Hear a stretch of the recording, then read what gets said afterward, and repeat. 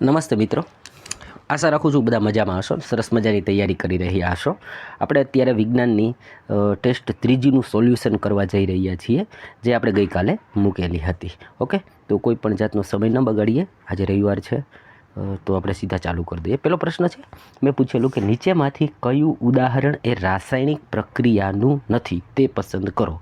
હવે આ ટેસ્ટની અંદર મેં એવો પ્રયત્ન કર્યો છે કે ભાઈ દરેક ચેપ્ટર જે છે ને એ દરેક ચેપ્ટરમાંથી હું પ્રશ્ન જેટલા બની શકે ને એને લેતો જાઉં છું, બરાબર, જેથી કરીને તમારું છે ને એક ટોપિક તો ક્લિયર થાય, સાથે સાથે એ ચેપ્ટરના IMP પ્રશ્ન જે છે એ પણ આપણે કરતા જઈએ.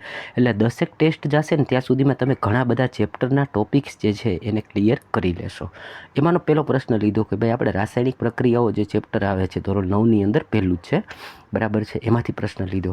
તો હવે જુઓ, આની અંદર શું છે, હું શક્ય એટલું સરસ મજાનું સમજાવીશ કે જેથી કરીને તમને આ ટેસ્ટ જે છે ને એ એમ કહેવાય કે ભાઈ વરદાન રૂપ નીવડે.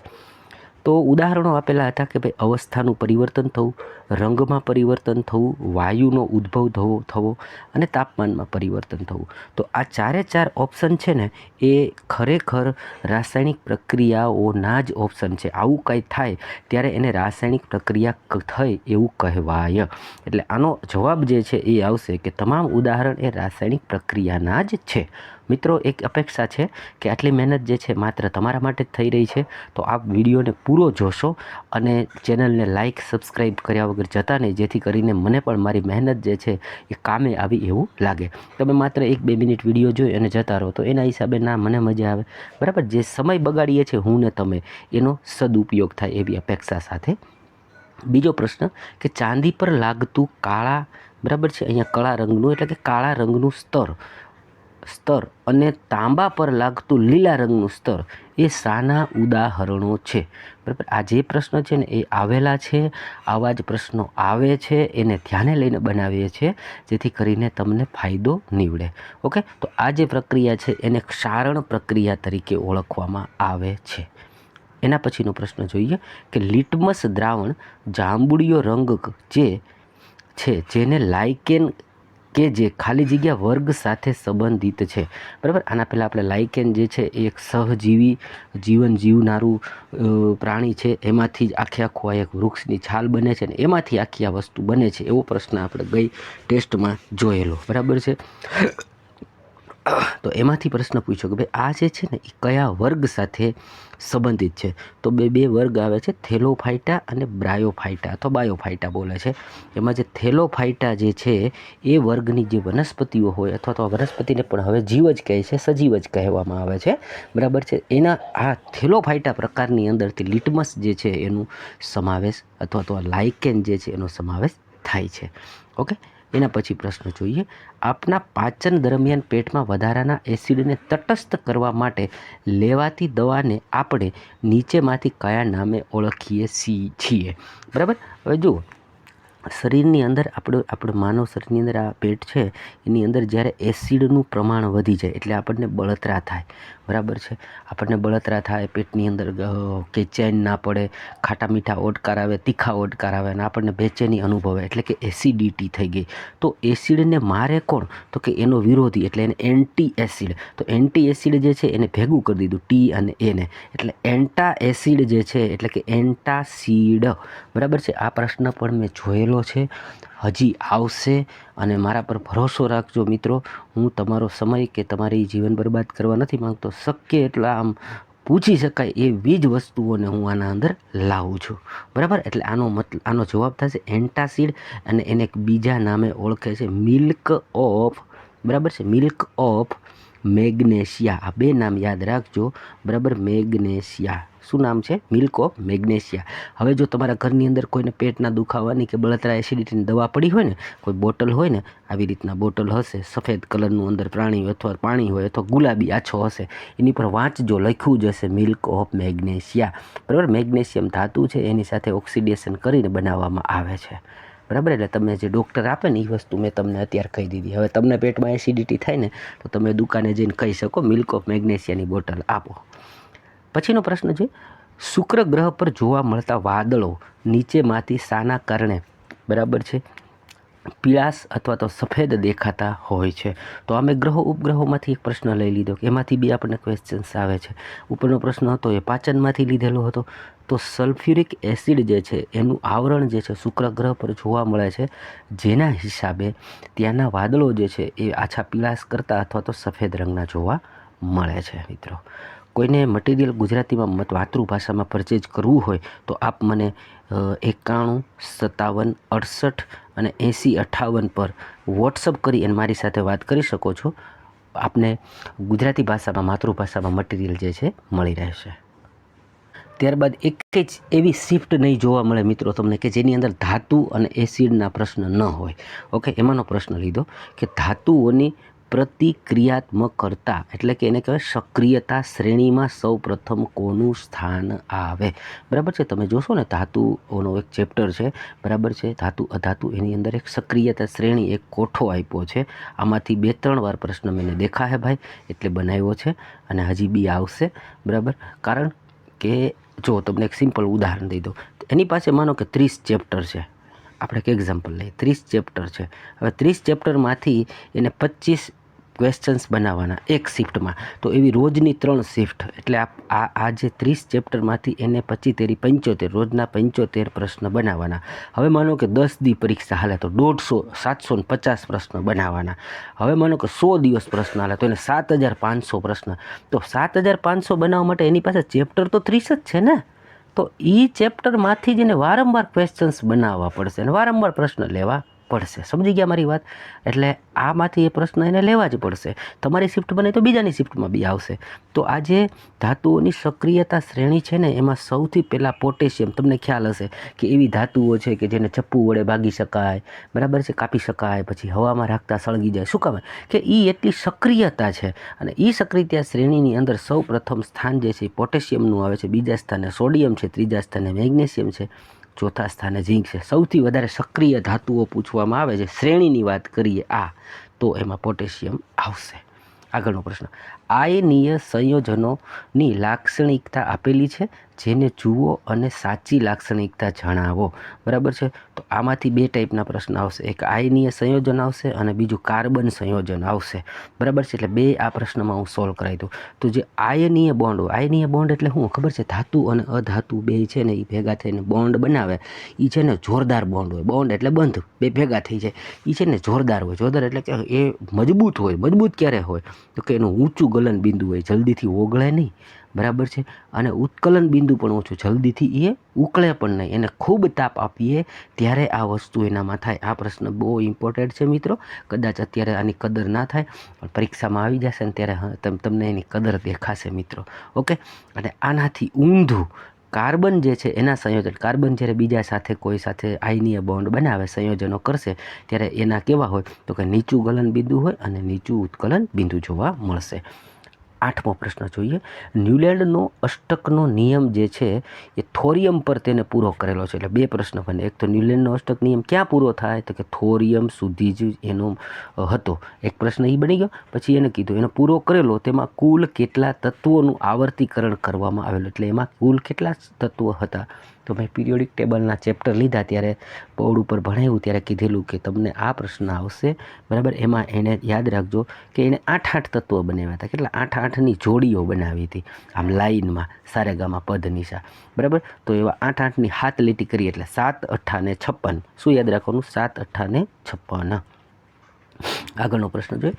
મોટા ભાગની કોષીય પ્રક્રિયા માટે એટીપી એક ઉર્જા ચલણ છે જેનું પૂર્ણ રૂપ, બરાબર છે. હવે આપણે રિયલમાં વાત કરીએ ને દોસ્તો, કે દુનિયા આખી છે ને એ ઉર્જા ઉપર હાલે છે. તમે ભલે કોઈ પણ ભોજન ખાતા હોય, એ પીઝા ખાવ તોય ભલે ને કારેલું ખાવ તોય ભલે ને બર્ગર ખાવ તોય ભલે, શરીરનો મેઇન ઉદ્દેશ્ય શું છે? કે શરીરને ટકાવવા માટે એક ઉર્જાની જરૂર છે. આ ઉર્જા જે છે એ કોષની અંદર જ્યારે બને છે તો એનું એક એકમ તરીકે નામ આપવામાં આવ્યું છે, એનું ચલણ. આપણે ચલણ એટલે આપણે કહીએ ને કે ભાઈ રૂપિયો મારું ચલણ છે, એવું ચલણ છે કે ભાઈ તમારી અંદર ઉર્જા છે ને એ એડિનોસાઇન ટ્રાઇફોસ્ફેટના નામે બને છે. ત્યારબાદનો પ્રશ્ન જોઈએ. અજારક શ્વાસનની શ્વાસન, થોડા મિસ્ટેક હો ગયા દોસ્તો, માફી ચાહતા હું. અજારક શ્વાસન એટલે શ્વસન ક્રિયાની વાત છે. દરમિયાન ગ્લુકોઝના 6 કાર્બનવાળા અણુઓ મુખ્ય રૂપે તૂટીને શામાં રૂપાંતર થાય છે? બરાબર, શામાં રૂપાંતરિત થાય છે? હવે જુઓ, તમારા શરીરની અંદર જે કંઈ તમે ખાઓ છો ને એ ગ્લુકોઝના સ્વરૂપમાં જાય, બરાબર છે. પછી શ્વસનની પ્રક્રિયાઓ છે, એમાં અજારક શ્વસન એટલે કે જેના અંદર ઓક્સિજનની ગેરહાજરી છે એવું શ્વાસ, બરાબર, શ્વસન ક્રિયા. તો જ્યારે એની અંદર ઓક્સિજનની કમી હોય અથવા તો ઓક્સિજનની ગેરહાજરીની અંદર જ્યારે અણુઓ તૂટે, કાર્બનના 6 અણુઓ તૂટે, ગ્લુકોઝમાંથી કાર્બનના 6 અણુઓ તૂટે, તો એ ઇથેનોલ વત્તા કાર્બન ડાયોક્સાઇડ અને વત્તા ઉર્જાનું રૂપાંતર કરે છે અથવા તો ઉર્જાને રૂપાંતરિત કરે છે. ઓકે, હવે ઇથેનોલ છે ને એને શુદ્ધ આલ્કોહોલ કહેવામાં આવે છે, જે આપણે દારૂ પીએ એમાં આવે, બરાબર છે. અને જ્યારે મિથેનોલની વાત કરીએ, બરાબર, તો મિથેનોલ જે છે ને એ તમને ખબર છે લઠ્ઠાકાંડ ને ભઠ્ઠાકાંડ ને આવું બધું થાય કે એ એટલું તેજ હોય છે કે જો એ તમારી આંખમાં પણ પડી જાય તો આંખો પણ જતી રહે. હવે એ મિથેનોલના તમારે જોવો હોય તો હું તમને એક્ઝામ્પલ આપું, તમે જોયેલો હશે ને, જોઈ શકો છો. જો તમે ગામડામાં રહેતા હોય કે અથવા તમે ક્યારેક આવી રીતે કોઈ ચૂલો હોય અને ચૂલામાં આવી રીતે લાકડા સળગાવો, બરાબર છે, અને લાકડું સળગતું હોય ત્યારે તમે જો કોઈક દી ધ્યાનથી લાકડું પોલાણવાળું હોય ને તો પાછળના ભાગે આમ ધુવાળો નીકળતો હોય. આ ધુવાડામાંથી અહીંયા ટીપું પડતું હોય, આવી રીતે પાણીનું ટીપું બી તમને જોવા મળે, બરાબર છે. એ મિથેનોલ કહેવાય. એ એટલું ઝેરી હોય, જો એ કોઈની આંખમાં અડી જાય, બરાબર, તો આંખો વહી જવાની શક્યતાઓ રહે છે. આગળનો પ્રશ્ન જોઈએ. સામાન્ય રીતે માનવનું રુધિર દાબ માપવા માટેના યંત્રને કયા નામે ઓળખે છે? જો મેં બેલેન્સ કરવાની કોશિશ કરી છે ટેસ્ટને, યંત્રો પણ લઈ લીધા. તો આ સ્ફિગ્નોમેનોમીટર જે છે, આપણે બીપી માપીએ, બરાબર છે, હોસ્પિટલમાં જઈએ ને આપણા બાવડામાં બાંધે છે અને બીપી માપે, એ મીટરની વાત કરી છે. ત્યારબાદ આપણને પ્રશ્ન આવે છે સંતતિ ઉત્પન્ન અથવા તો પ્રજનન ચેપ્ટરમાંથી. એમાંનો મેં ક્વેશ્ચન્સ લીધો કે ભાઈ હાઇડ્રા, જેને ગુજરાતીમાં જળ વ્યાળ તરીકે ઓળખીએ છીએ, એ કઈ પ્રક્રિયા દ્વારા સંતતિ ઉત્પન્ન કે નવો જીવ જે છે એ ઉત્પન્ન કરે છે? તો હવે હાઇડ્રો છે ને એ એક ટાઈપની વિચિત્ર, માનો કે આ હાઇડ્રાને હું બનાવી નાખું છું, બરાબર. આ હાઇડ્રા નામનું એક જળ વ્યાળ છે, બરાબર. હવે એ શું કરે, એને એક અહીંયા કળી ફૂટે. એ કળી ફૂટે ને, એ કળીમાંથી પાછું છે ને એક બીજું જ આવી રીતનું એક જીવ ઉત્પન્ન થાય અને પછી આ કળીથી છૂટું પડી જાય અને આ 2 જીવ અલગ થઈ જાય, બરાબર છે. તો આ જે પ્રક્રિયા છે એને કલિકા સર્જન કહેવામાં આવે છે. મિત્રો વિડીયોને લાઇક બાઇક કરતા રહેજો હો. આગળ જોઈએ. ત્યારબાદ તમારી શિફ્ટની અંદર તમને વનસ્પતિશાસ્ત્રનો પ્રશ્ન આવશે. એમાં પ્રશ્ન મેં લીધો કે સ્ત્રી કેસરના માદા જનનાંગો આપેલા છે, તે નામો પૈકી ક્યુ સ્ત્રી કેસરનો ભાગ નથી?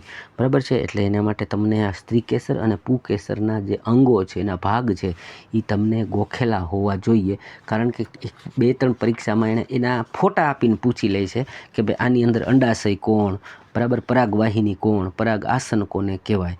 તો એના માટેથી જ મેં પ્રશ્ન લીધો. તો જો સ્ત્રી કેસર એટલે એના માદા જનનાંગ હોય ને, એમાં અંડાશય હોય, પરાગાસન હોય, પરાગવાહિની હોય, પણ જે દલપત્ર જે છે ને, દલપત્ર શું હોય, માનો કે હું આ એક ફૂલ બનાવું, બરાબર છે, એમાં આ નીચેનો ભાગ હોય ને એ દલપત્ર કહેવાય મારા ખ્યાલથી, બરાબર છે. એટલે હું શ્યોર નથી, કદાચ અત્યારે મારા માઇન્ડમાંથી નીકળી જાય છે. ને કાંઈક અહીંયા હોય એને દલપત્ર, લગભગ તો આને જ દલપત્ર કહે છે, કે જેના ઉપર આખો દળ આવે, એટલા માટે દલપત્ર કહે છે. હાલ આપણે વાત કરીએ તો આ જે ઓપ્શન છે, બરાબર છે, એ એનો ભાગ નથી. ઓકે, આગળ જોઈએ. એરોસોલ કલીલ મિશ્રણ કયા 2 પ્રકારના મિશ્રણનું મિશ્રણ છે? તો ગયા વખતે આપણે પૂછેલું હતું પાયસની વાત કરી, આમાં વખતે એરોસોલની વાત કરી દીધી, બરાબર છે. તમને કલીલ મિશ્રણોનું જે આખું મિશ્રણ ચેપ્ટર છે એમાંથી પ્રશ્ન જોવા મળશે. એમાં તમને આ બધા મિશ્રણો આવશે કે આ 2થી શું બને, આ 2થી શું બને, આ 2થી શું બને, આ 2થી શું બને. તો હાલ એરોસોલનો પ્રશ્ન પૂછવામાં આવ્યો છે. તો એરોસોલ જે છે ને, એની અંદર પ્રવાહી જે છે એ વાયુમાં ભળે, બરાબર છે, અને એ જે બનાવે એને કહેવામાં આવે એરોસોલ. એર ઉપરથી યાદ રાખજો, એર, બરાબર છે, અને સોલ એટલે સોલ્યુશન, એટલે પ્રવાહી અને વાયુ આ બંને ભેગા થાય એને એરોસોલ કહે છે.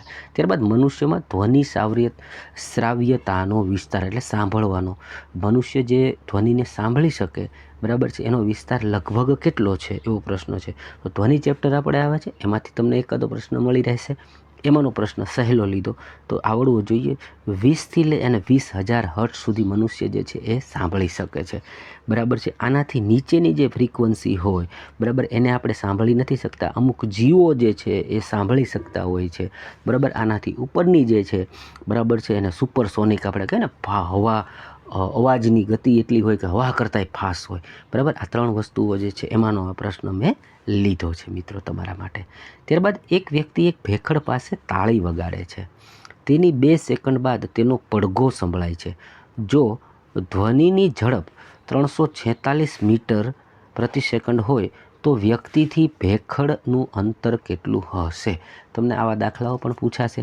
હાલ આ દાખલાને હું પહેલાં મેથડ વાઇઝ શીખવાડું, પછી કહી દઉં કે ભાઈ આ પ્રશ્ન જે છે એને મોઢે બી કરી શકતા હતા. બરાબર છે. તો કેવી રીતે? તો જુઓ, અહીંયા શું કહે છે, 2 સેકન્ડ બાદ, બરાબર, 2 સેકન્ડ બાદ એનો પડઘો સંભળાણો અને જે ઝડપ છે એ પણ તમને આપી દીધી છે. તો ઝડપ આપી છે શું? તો કે 346 અને 2 સેકન્ડે, બરાબર. આપણે પહેલાં શું કરીએ છીએ કે ભાઈ અંતર કાપીએ. આપણે અંતર બરાબર શું હોય? તો કે અંતર બરાબર શું હોય? તો કે સ્પીડ અને લાગેલો સમય. તો કે ભાઈ આ 346ની સ્પીડ છે અને 2 સેકન્ડ લાગી એટલે 6 દુ 12 બગડો, વધી આવી 1, બરાબર. 4 દુ 8 ને 1 9 અને 3 દુ ને 6, 692 આ જે આપણે આપેલું અંતર છે એ મીટર આ 2 સેકન્ડમાં કાપ્યું. બરાબર. તો 2 સેકન્ડમાં અંતર કાપ્યું એનો મતલબ શું કે પહેલાં એ ભેખડ પાસે એ તમારી તાલીનો અવાજ ગયો, આ ભેખડ છે, અને ત્યાંથી પાછો અવાજ આવ્યો.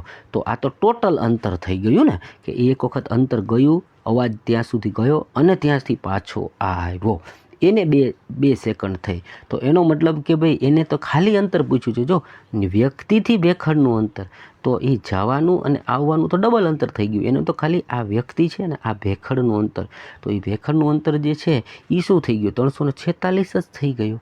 બરાબર. એટલે ગણ્યા વગરનું હતો કે ભાઈ આ 2 સેકન્ડની અંદર ડબલ અંતર કાપે તો 1 સેકન્ડમાં એનું અડધું અંતર કાપે. બરાબર. અને 1 સેકન્ડમાં જે અંતર હતું એ જ શું હોય કે ભેખડ અને વ્યક્તિ વચ્ચેનું અંતર હોય. એટલે દાખલો ના ગણો તો બી સિમ્પલ હતું કે 346 મીટર જે છે પ્રતિ સેકન્ડ અને 1 સેકન્ડમાં જે એને એ ત્યાં સુધીમાં પડઘો પહોંચી ગયો હતો અને સંભળાતા 2 સેકન્ડ થયેલી. ઓકે. એટલે 346 રાઈટ આન્સર. ત્યારબાદ એસિલ અને લેગહોર્ન એ ભારતની સંકરણ પ્રજાતિ છે. બરાબર. આપણે એક પશુપાલનનું ચેપ્ટર આવે છે 9મા ધોરણની અંદર, એના અંદરથી મેં લીધું છે. તો એસિલ અને લેગહોર્ન એ ભારતની સંકરણ પ્રજાતિઓ છે. તો કોની એ તમને પૂછવામાં આવેલું છે. તો આનો તમે રાઈટ આન્સર જે આપ્યો હોય એ સાચો આન્સર બને છે મરઘી. ત્યારબાદ પ્રશ્ન છે, કોઈ વસ્તુની સપાટીને લંબરૂપ લાગતા બળને ધક્કો કહેવાય. બરાબર. જો કોઈ વસ્તુની સપાટી છે એટલે માનો કે એક ટેબલ છે એવું આપણે ઉદાહરણ લઈ લઈએ. બરાબર છે. એના પાયા છે. હવે એની સપાટીને લંબ એટલે આ લંબ થયો, કારણ કે આ સપાટી આડી છે, એના ઉપર આ લંબ છે. બરાબર છે. એને ધક્કો કહેવાય. ઓકે. આપણે સામાન્ય કહીએ ને કોઈક ધક્કો. હવે આ માણસ આમ ઊભો હોય અને એને તમે આમ ત્રાહો ધક્કો મારો તો જ આવી રીતે આમ ખસવાનો છે, એટલે એને ધક્કો કહે છે. ઓકે. પછી શું કહે છે? ત્યારબાદ આપણે વાંચીએ કે એકમ ક્ષેત્રફળમાં લાગતા ધક્કાને પાછું દબાણ કહેવાય. જો અમે વ્યાખ્યા લઈ લીધી છે મેં આખી. એટલે તમને 2 વ્યાખ્યા તો પહેલાં પ્રશ્નમાં શીખવા મળી ગઈ. બરાબર છે. લંબરૂપે લાગતા બળને ધક્કો કહે છે, સાથે એકમ ક્ષેત્રફળમાં લાગતા ધક્કાને દબાણ કહે છે. તો આ દબાણને, બરાબર છે, સારી રીતે પારિભાષિત કરી શકાય, અથવા તો કઈ રીતે, બરાબર છે, એને કઈ રીતે દબાણને કઈ રીતે પરિભાષિત કરી શકાય, એટલે આમાંથી કયું સૂત્ર છે એ દબાણનું છે એ તમારે કહેવાનું હતું. તો દબાણનું સૂત્ર જે છે, દબાણ બરાબર ધક્કો, કારણ કે એને કીધું ને એકમ ક્ષેત્રફળમાં, એટલે એકમ ક્ષેત્રફળ એટલે હંમેશા ક્ષેત્રફળ જે છે એ નીચે આવે. બરાબર છે. અને ઉપર આવે ધક્કો. તો એનાથી જે આપણને રિઝલ્ટ મળે એને કહેવાય દબાણ. ભલે આપણે ઘણાને કહેતો હોય મેં તને દબાણ દેમાં તું મને, આ દબાણ જે છે એની આ જે વ્યાખ્યા છે એ મેં તમને આપી અને એનો સાચો ઓપ્શન પણ આપ્યું. ત્યારબાદ ગતિના 3 સમીકરણ પૈકી નીચેમાંથી કયું ખોટું છે? બરાબર. હવે 19 નંબરનો પ્રશ્ન છે ને, એમાં ગતિના સમીકરણો આપણને આ આપેલા છે. એમાંથી તમારે એક છે એ ખોટું છે. તો આ 3 જે છે ને એને ગોખી લેજો. બરાબર છે. એમાં પહેલું સાચું છે, બીજું સાચું છે, ત્રીજું પણ સાચું છે. આ ચોથું ઓપ્શન જે છે એવું કોઈ સૂત્ર નથી. બરાબર. આ પ્રશ્ન બહુ વાર આવેલો છે, હજી આવી શકે છે, માટે યાદ રાખજો ને. એના ઉપરથી ઘણા બધા દાખલાઓ તમે ગણી શકો છો. ત્યારબાદ પ્રશ્ન લઈએ, મેં એક એકમ પૂછી લીધો, આપણને એકમો પણ પૂછે છે કે બળનો એસઆઈ એકમ શું. આપણે ઘણાને કહીએ ને કે ભાઈ આટલું બળ મેં લગાડ્યું, બરાબર છે. આપણે કોઈ વ્યક્તિ ઉપર આમ બળ લગાડતા હોઈએ તો એ બળ છે ખરેખર તમે એમ કહો કે મેં બળ લગાડ્યું, એ બળને માપવો શેમાં? તો બળ જે છે એ ન્યૂટનની અંદર મપાતો હોય છે. ત્યારબાદ પ્રશ્ન જોઈએ કે સૂર્ય દ્વારા પ્રાપ્ત ઉર્જા એ શાનું ઉદાહરણ છે? બરાબર છે. આ પ્રશ્ન પણ ઘણી બધી વખત મેં જોયેલો છે. હવે સૂર્ય છે એ આપણને જોઈએ કે ભાઈ કેટલી બધી ઉર્જા આપે છે, તો એના અંદર એવી શું પ્રોસેસ થાય છે કે ભાઈ સૂર્ય આટલું બધો તપે છે, તેજ પ્રકાશ આપે છે અને ઉર્જા આપી શકે છે? તો એના અંદર જે પ્રોસેસ થાય છે એને ન્યુક્લિયર સંલયન પ્રોસેસ કહેવામાં આવે છે. ન્યુક્લિયર એટલે કે ભાઈ કોઈના કેન્દ્રમાં, નાભીમાં, માનો કે ભાઈ આ સૂર્ય છે તો આ એની નાભી હોય, એના અંદર કંઈક પ્રોસેસ છે. સંલયન બે શબ્દ આવે છે અને એક વિખંડન. વિખંડનનો મતલબ શું હોય કે અહીંયાથી કોઈ વસ્તુ આમ તૂટી અને ઉર્જા આપે, જ્યારે સંલયનનો મતલબ શું હોય કે બે વસ્તુઓ અલગ અલગ હોય, બરાબર છે. આ બે અલગ અલગ છે અને અહીંયા ભેગી થાય અને ઉર્જા જે ઉત્પન્ન થાય એને સંલયન કહેવામાં આવે છે. એટલે હાઇડ્રોજન ભેગા થાય અને હિલિયમ તરીકે એવું બને અને ઉર્જાને ઉત્પન્ન કરે. આના સિવાય આમાંથી પ્રશ્ન આવ્યો છે કે સૂર્ય છે મુખ્ય રૂપે શેનો બનેલો છે? તો કે હાઇડ્રોજન અને હિલિયમનો. ઓકે. ત્યારબાદ ગેલ્વેનોમીટરની વિદ્યુત પરિપથમાં જોડવામાં આવે છે, બરાબર છે. એનું કારણ શું? તો કે ભાઈ ગેલ્વેનોમીટર જે છે ને એ વિદ્યુત પ્રવાહની હાજરી છે કે નહીં એ ચેક કરવા માટે આવે છે, બરાબર.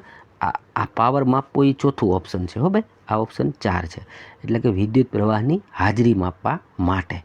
ત્યારબાદ 22 નંબરનો પ્રશ્ન જોઈએ. 23મો પ્રશ્ન આવ્યો, નીચેમાંથી કયું પદ પરિપથમાં વિદ્યુત પાવર દર્શાવતું નથી? તો વિદ્યુત પાવરને દર્શાવવાના ખાલી એક જ એકમ નથી, એક જ સૂત્ર નથી, એના 3 સૂત્ર છે, બરાબર છે. જેમાં વિદ્યુત પાવરને તમે આનાથી દર્શાવી શકો, આનાથી દર્શાવી શકો અને આનાથી પણ દર્શાવી શકો.